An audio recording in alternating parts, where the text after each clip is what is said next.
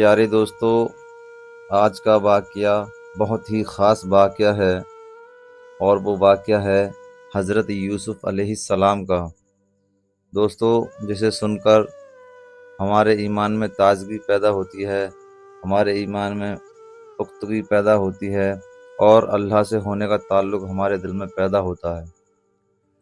تو دوستو، واقعے کو شروع کرنے سے پہلے آپ سے چھوٹی سی گزارش ہے کہ ویڈیو کو لائک کر دیں، چینل کو سبسکرائب کر لیں اور گھنٹی کے بٹن کو دبا دیں تاکہ ہر ویڈیو کا نوٹیفیکیشن آپ تک پہنچ سکے۔ تو دوستو، شروع کرتے ہیں آج کا واقعہ بغیر کسی دیری کے۔ پیارے دوستو، حضرت یوسف علیہ السلام حضرت یعقوب علیہ السلام کے بیٹے اور حضرت ابراہیم علیہ السلام کے پر پوتے ہیں۔ ان کو یہ شرف حاصل ہے کہ وہ خود نبی، ان کے والد نبی، ان کے دادا نبی اور پردادا حضرت ابراہیم ابو الانبیاء نبیوں کے باپ ہیں۔ شروع زندگی ہی سے حضرت یوسف کے دماغ اور فطرتی استعداد دوسرے بھائیوں کے مقابلے میں بالکل جدا اور نمایاں تھی۔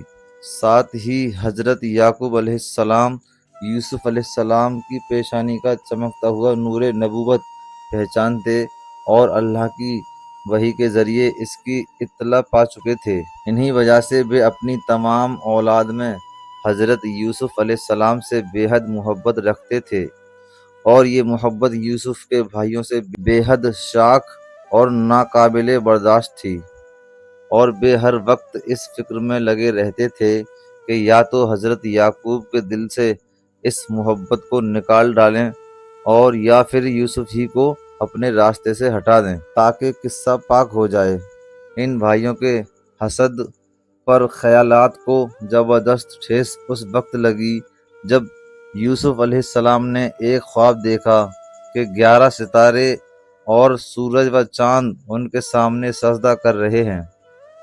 حضرت یعقوب علیہ السلام نے یہ خواب سنا تو سختی کے ساتھ ان کو منع کر دیا کہ اپنا یہ خواب کسی کے سامنے نہ دہرانا، ایسا نہ ہو کہ سن کر تیرے بھائی بری طرح پیش آئیں، کیونکہ شیطان انسان کے پیچھے لگا ہے اور تیرا خواب اپنی تعبیر میں بہت صاف اور واضح ہے۔ لیکن حسد کی بھڑکتی ہوئی آگ نے ایک دن یوسف کے بھائیوں کو ان کے خلاف سازش کرنے پر مجبور کر ہی دیا۔ ان میں سے ایک نے کہا، یوسف کو قتل نہ کرو اور اس کو گمنام کنویں میں ڈال دو، اٹھا لے جائے اس کو کوئی مسافر، اگر تم کو کرنی ہے۔ اس مشورے کے بعد سب جمع ہو کر حضرت یعقوب کی خدمت میں حاضر ہوئے اور کہنے لگے، اے باپ، کیا بات ہے کہ تم کو یوسف کے بارے میں ہم پر اعتماد نہیں ہے، حالانکہ ہم اس کے خیر خواہ ہیں۔ حضرت یعقوب سمجھ گئے کہ ان کے دلوں میں کھوٹ ہے۔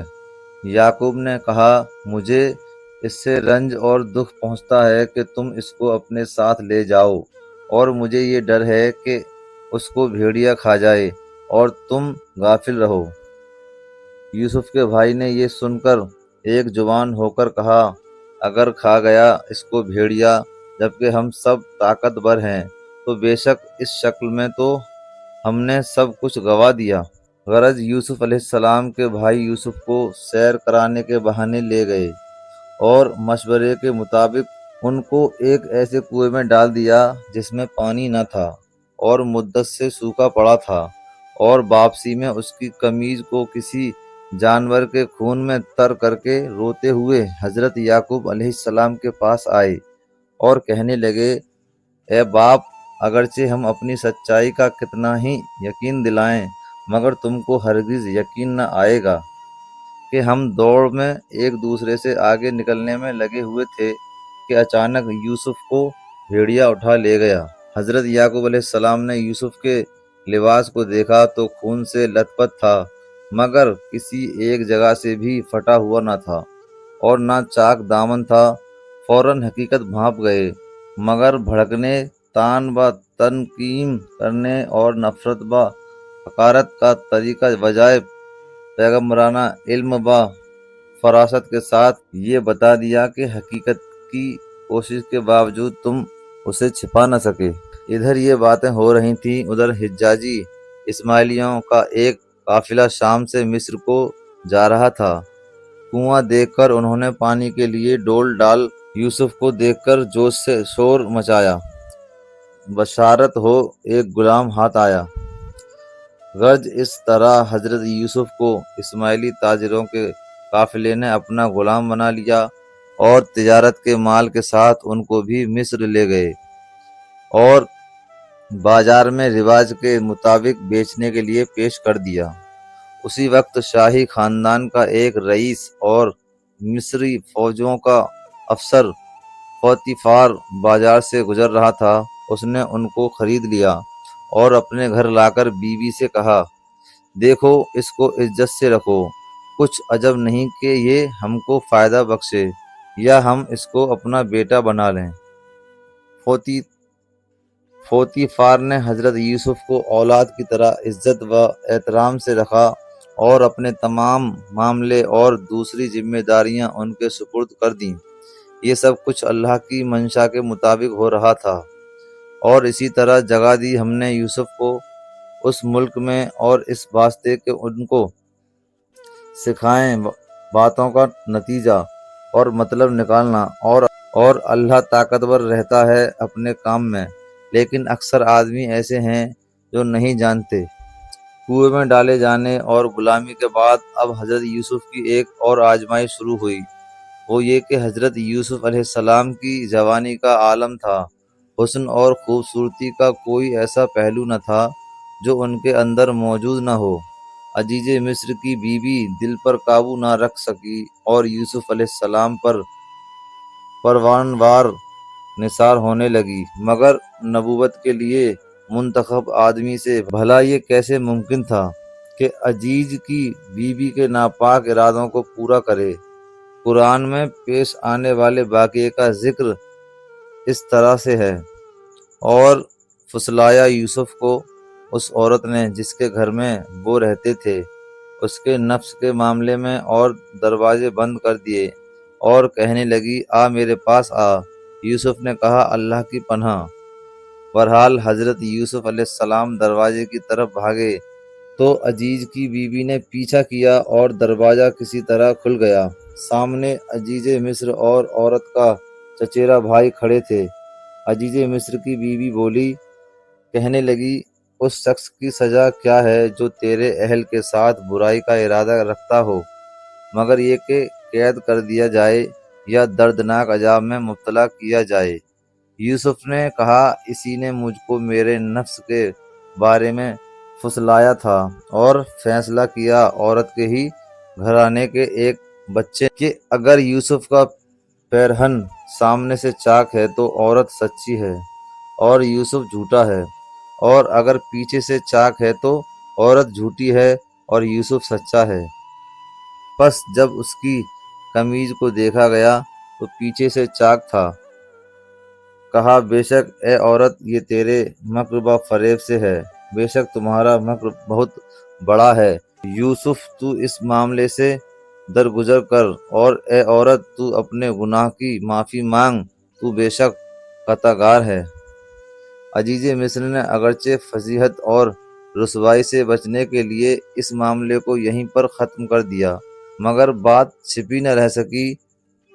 قرآن مجید میں آتا ہے، اور جب اس معاملے کا چرچا پھیلا تو شہر کی کچھ عورتیں کہنے لگیں، دیکھو عزیز کی بیوی اپنے غلام پر ڈورے ڈالنے لگی، اسے رجھا لے، وہ اس کی چاہت میں دل ہار گئی، ہمارے خیال میں تو بد چلنی میں پڑ گئی۔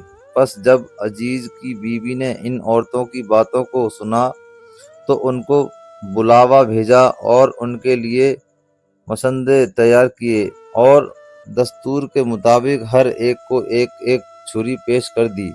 پھر یوسف سے کہا، سب کے سامنے نکل آؤ۔ جب یوسف کو ان عورتوں نے دیکھا تو بڑائی کی قائل ہو گئیں، انہوں نے اپنے ہاتھ کاٹ لیے اور بے علیہ پکار اٹھیں، یہ تو انسان نہیں، ضرور ایک فرشتہ ہے، بڑے رتبے والا فرشتہ۔ عزیز کی بیوی بولی، تم نے دیکھا، یہ ہے وہ آدمی جس کے بارے میں تم نے مجھے طعنے دیے۔ عزیز کی بیوی نے یہ بھی کہا کہ بے شک میں نے اس کا دل اپنے کام میں لینا چاہا تھا، مگر وہ بے قابو نہ ہوا۔ مگر میں کہہ دیتی ہوں کہ اگر اس نے میرا کہا نہ مانا تو یہ ہو کر رہے گا کہ وہ قید کیا جائے اور بے عزتی میں پڑے۔ حضرت یوسف نے جب یہ سنا اور عزیز مصر کی بیوی کے علاوہ اور سب عورتوں کے چرتر اپنے بارے میں دیکھے تو اللہ کے حضور ہاتھ پھیلا کر دعا کی اور کہنے لگے۔ یوسف نے کہا، اے میرے پالنہار، جس بات کی طرف یہ مجھ کو بلاتی ہیں، مجھے اس کے مقابلے میں قید خانے میں رہنا زیادہ پسند ہے، اور اگر تو نے ان کے مکر کو مجھ سے نہ ہٹا دیا اور میری مدد نہ کی تو میں کہیں ان کی اور جھک نہ جاؤں اور نادانوں میں سے ہو جاؤں۔ پس اس کے رب نے اس کی دعا قبول کی اور اس سے ان کا مکر ہٹا دیا، بے شک وہ سننے والا جاننے والا ہے۔ اب عزیز مصر نے یوسف علیہ السلام کی تمام نشانیاں دیکھنے اور سمجھنے کے بعد اپنی بیوی کی فضیحت و رسوائی ہوتی یہ طے کر ہی لیا کہ یوسف کو ایک مدت کے لیے قید خانے میں بند کر دیا جائے تاکہ یہ معاملہ لوگوں کے دلوں سے نکل جائے، یہ چرچے بند ہو جائیں۔ اس طرح حضرت یوسف علیہ السلام کو جیل جانا پڑا۔ تورات میں ہے کہ یوسف علیہ السلام کے علمی اور عملی جوہر قید خانے میں بھی نہ چھپ سکے، اور قید خانے کا داروغہ ان کے حلقۂ ارادت میں داخل ہو گیا اور جیل کا تمام انتظام و انصرام ان کے سپرد کر دیا اور وہ قید خانے کے بالکل مختار ہو گئے۔ ایک اچھا اتفاق دیکھیے کہ حضرت یوسف علیہ السلام کے ساتھ دو نوجوان اور قید خانے میں داخل ہوئے۔ ان میں سے ایک شاہی ساقی تھا اور دوسرا تھا شاہی باورچی خانے کا داروغہ۔ ایک دن دونوں نوجوان حضرت یوسف علیہ السلام کی خدمت میں حاضر ہوئے اور ان میں سے ساقی نے کہا کہ میں نے یہ خواب دیکھا ہے کہ میں شراب بنانے کے لیے انگور نچوڑ رہا ہوں، اور دوسرے نے کہا میں نے یہ دیکھا ہے کہ میرے سر پر روٹیوں کا خیان ہے اور پرندے اسے کھا رہے ہیں۔ یہ سن کر حضرت یوسف نے فرمایا، بے شک اللہ تعالیٰ نے جو باتیں مجھے تعلیم فرمائی ہیں ان میں سے ایک علم یہ بھی عطا فرمایا ہے، میں اس سے پہلے کہ تمہارا مقرر کھانا تم تک پہنچنے تمہارے خوابوں کی تعبیر بتا دوں گا، مگر تم سے ایک بات کہتا ہوں، ذرا اس پر بھی غور کرو اور سمجھو بوجھو۔ اے مجلس کے ساتھیوں، تم نے اس پر بھی غور کیا کہ جدا جدا معبودی کا ہونا بہتر ہے یا ایک اللہ کا جو اکیلا اور سب پر غالب ہے؟ تم اس کے سوا جن ہستیوں کی بندگی کرتے ہو ان کی حقیقت اس سے زیادہ کیا ہے کہ صرف کچھ نام ہے جو تم نے اور تمہارے باپ دادا نے رکھ لیے ہیں۔ حکومت تو اللہ ہی کے لیے ہے، اس کا فرمان یہ ہے کہ صرف اس کی بندگی کرو اور کسی کی نہ کرو، یہی سیدھا دین ہے، مگر اکثر آدمی ایسے ہیں جو نہیں جانتے۔ رشد و ہدایت کے اس پیغام کے بعد حضرت یوسف ان کے خوابوں کی تعبیر کی طرف متوجہ ہوئے اور فرمانے لگے، دوستو، جس نے دیکھا ہے کہ وہ انگور نچوڑ رہا ہے وہ پھر آزاد ہو کر بادشاہ کے ساتھی کی خدمت انجام دے گا، اور جس نے روٹیاں والا خواب دیکھا ہے اس کو سولی دی جائے گی اور پرندے اس کے سر کو نوچ نوچ کر کھائیں گے۔ حضرت یوسف جب خواب کی تعبیر سے فارغ ہو گئے تو ساقی سے یہ سمجھ کر کہ وہ نجات پا جائے گا فرمانے لگے، اپنے بادشاہ سے میرا ذکر کرنا۔ ساقی کو جب رہا کیا گیا تو اس کو اپنی مشکلاتوں میں کچھ بھی یاد نہ رہا اور کچھ سال تک اور یوسف کو جیل میں رہنا پڑا۔ حضرت یوسف علیہ السلام ابھی جیل ہی میں تھے کہ وقت کے عزیز مصر نے ایک خواب دیکھا کہ 7 موٹی گائے ہیں اور 7 دبلی گائے موٹی گائے کو نگل گئیں، 7 سرسبز و شاداب بالیاں ہیں اور 7 سوکھی بالیوں نے ہری بالیوں کو کھا لیا۔ بادشاہ صبح اٹھا اور فوراً دربار کے مشیروں سے اپنا خواب کہا۔ درباری اس خواب کو سن کر تعجب میں پڑ گئے۔ اس بیچ ساقی کو اپنا خواب اور حضرت یوسف کی دی ہوئی تعبیر کا واقعہ یاد آ گیا۔ اس نے بادشاہ کی خدمت میں عرض کیا کہ اگر کچھ مہلت دی جائے تو میں اس کی تعبیر لا سکتا ہوں۔ بادشاہ کی اجازت سے وہ قید خانہ پہنچا اور حضرت یوسف کو بادشاہ کا خواب سنایا اور کہا کہ آپ اس کو حل کیجیے۔ حضرت یوسف نے اسی وقت خواب کی تعبیر کر دی اور صحیح تدبیر بھی بتلا دی، جیسا کہ قرآن میں ذکر کیا گیا ہے۔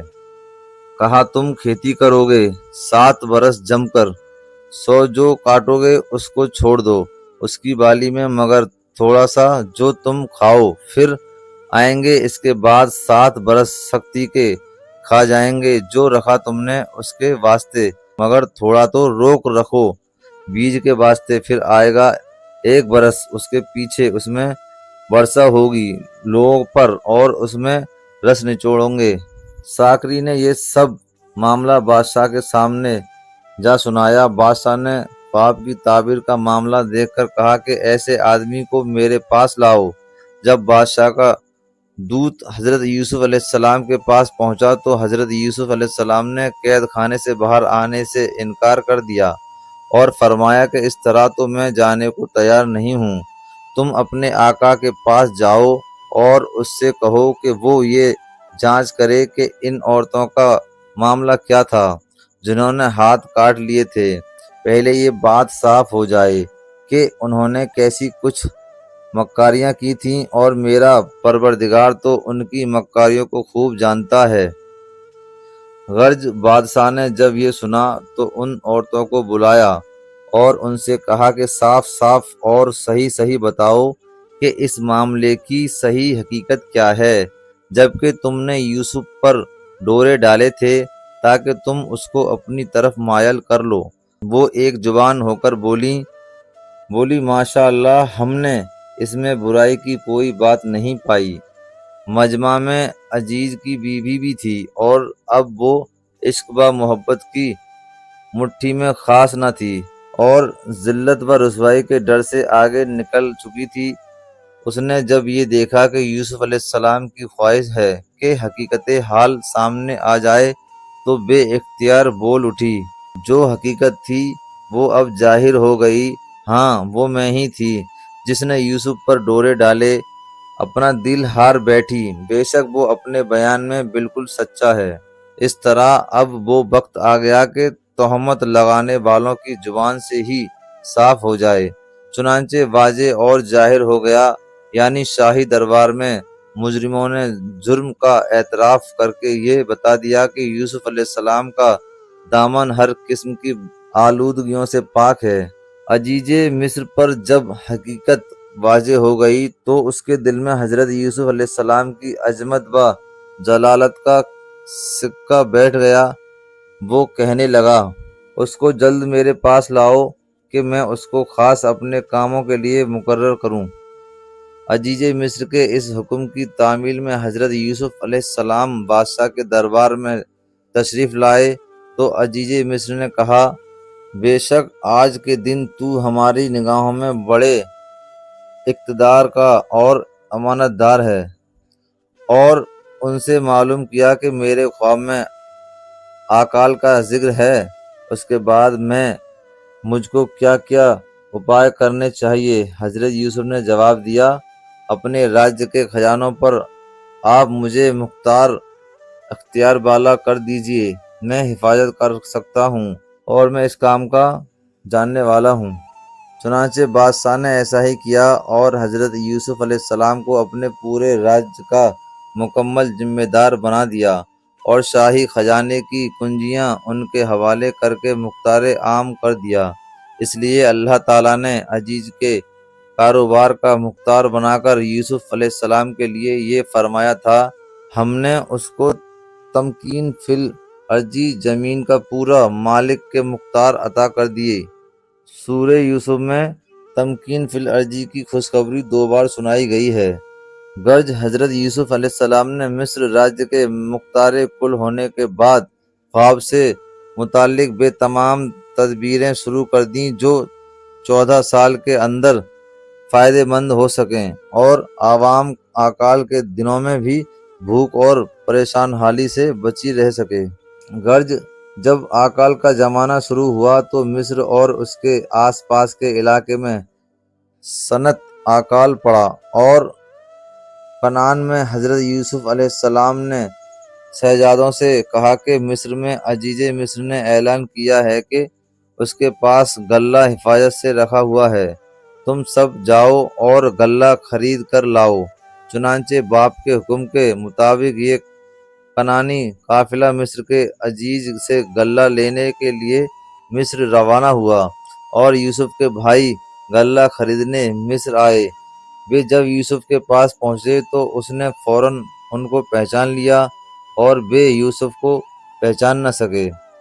تورات کا بیان ہے کہ یوسف علیہ السلام کے بھائیوں پر جاسوسی کا الزام لگایا گیا، اور اس طرح ان کو یوسف علیہ السلام کے سامنے حاضر ہو کر آمنے سامنے بات کرنے کا موقع ملا، اور انہوں نے اپنے باپ حضرت یعقوب علیہ السلام، سگے بھائی بن یمین اور گھر کے حالات کو خوب کریت کر پوچھا، اور جب یوسف نے ان کا سامان مہیا کر دیا تو کہا، کنعان تو اپنے سوتیلے بھائی بن یمین کو بھی ساتھ لانا، تم نے اچھی طرح دیکھ لیا ہے کہ میں تمہیں غلہ پوری تول دیتا ہوں، اور باہر کے آنے والوں کے لیے بہتر مہمان نواز ہوں، لیکن اگر تم اسے میرے پاس نہ لائے تو پھر یاد رکھو، نہ تمہارے لیے میرے پاس خرید و فروخت ہوگی، نہ تم میرے پاس جگہ پاؤ گے۔ پھر یوسف علیہ السلام کے بھائی جب حضرت یوسف سے رخصت ہونے آئے تو انہوں نے اپنے نوکروں کو حکم دیا کہ خاموشی کے ساتھ ان کے خزانوں میں ان کی وہ پونجی بھی رکھ دو جو انہوں نے غلے کی قیمت کے نام سے دی ہے، تاکہ جب گھر جا کر اس کو دیکھیں تو عجب نہیں کہ پھر دوبارہ آئیں۔ جب یہ قافلہ کنعان واپس پہنچا تو انہوں نے اپنے تمام حالات اپنے باپ یعقوب علیہ السلام کو سنائے۔ پیارے دوستو، اگر آپ کو یہ ویڈیو پسند آئی ہو تو آپ اس ویڈیو کو ایک لائک ضرور کر دیں، اور ایک پیارا سا کمنٹ کر کے ویڈیو کو شیئر ضرور کر دیں۔ اور دوستو، اگر آپ نے ابھی تک ہمارے چینل کو سبسکرائب نہیں کیا ہے تو آپ ہمارے چینل کو سبسکرائب کر لیں اور بیل آئیکن کے بٹن کو دبا دیں۔ دوستو، آپ کے لائک کرنے سے یہ ہوگا کہ یوٹیوب، فیس بک، انسٹاگرام اس ویڈیو کو اور لوگوں تک پہنچائے گا، اور آپ کے شیئر سے یہ ہوگا کہ ہو سکتا ہے اللہ تعالیٰ ہمارے ایک شیئر کی وجہ سے کسی کی زندگی بدل دے، کسی کو توبہ کی توفیق دے دے، یا کسی کو نماز کی توفیق دے دے۔ پیارے دوستو، ویڈیو کو پورا دیکھنے کے لیے آپ کا بہت بہت شکریہ۔